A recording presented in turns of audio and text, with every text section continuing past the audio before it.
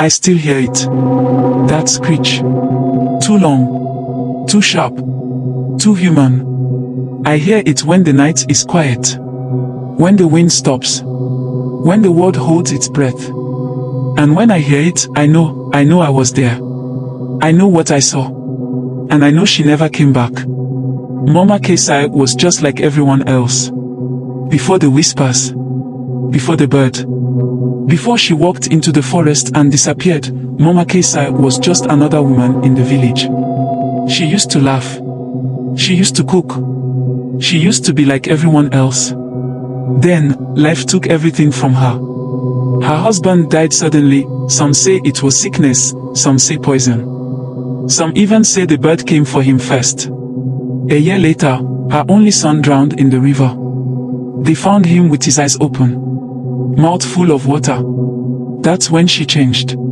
She stopped talking, stopped visiting the other women, stopped coming to the market unless she had to. She started sitting under the big iroko tree, staring at nothing for hours. People whispered, "She carries bad luck. She speaks to things we can't see. She is not like us anymore." Then, one day, the bird came. It came at sunset, landing on the roof of her house. A big black bird. Not a crow, not an eagle, something in between. Its feathers were too smooth.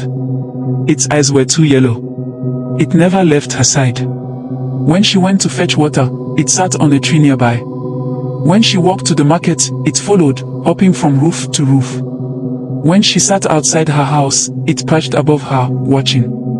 Always watching. People noticed. Mama Tono, the oldest woman in the village, frowned when she saw it. One day, she whispered, "That is not a normal bird." I asked her what she meant. She shook her head. "It is waiting for something." That made me feel cold inside. Then the strange thing started. Mama Kesi stopped talking completely. Even when people spoke to her, she just nodded or shook her head. At night, some people said they heard whispers coming from her house. But she lived alone. Others swore they saw shadows moving behind her windows, even when there was no light inside. Then the animals started acting strange. One day, a group of children ran through the village screaming. They said they saw Mama Kesi standing near the river, and all the dogs in the village were barking at her, loud, angry, their fur standing up. Dogs in our village don't act like that. And the worst part, the bird was there, sitting on her shoulder, staring at the dogs. The moment it flapped its wings, the dogs stopped barking. Just like that. People started avoiding her. Some even stopped using the path near her house. Then came the night the bird screamed. It was late. The moon was full. The village was sleeping. Then, the sound. A screech. Not a bird.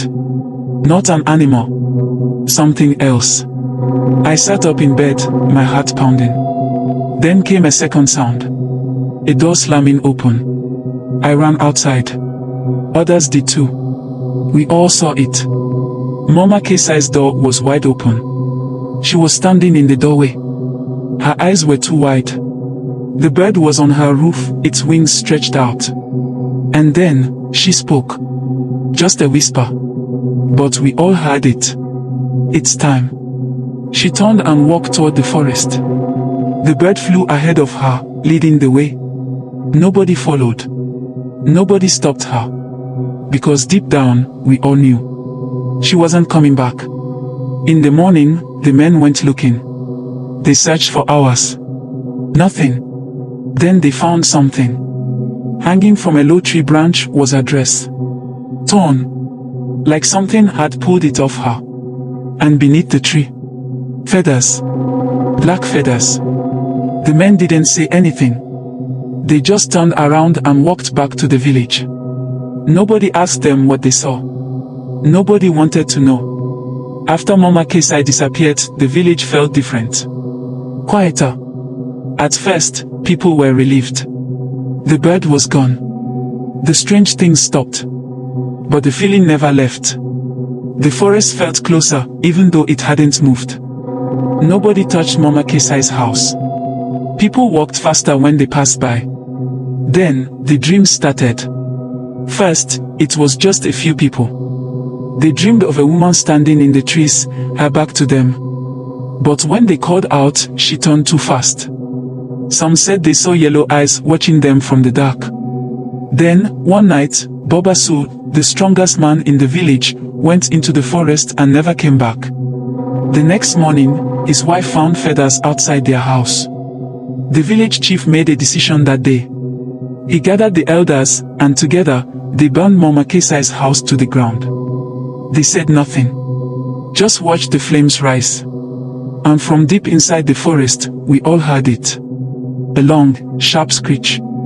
I left the village years ago. I don't go back. I don't ask about it. But sometimes, late at night, when I'm alone, I still hear it. That long, sharp screech. Coming from the trees.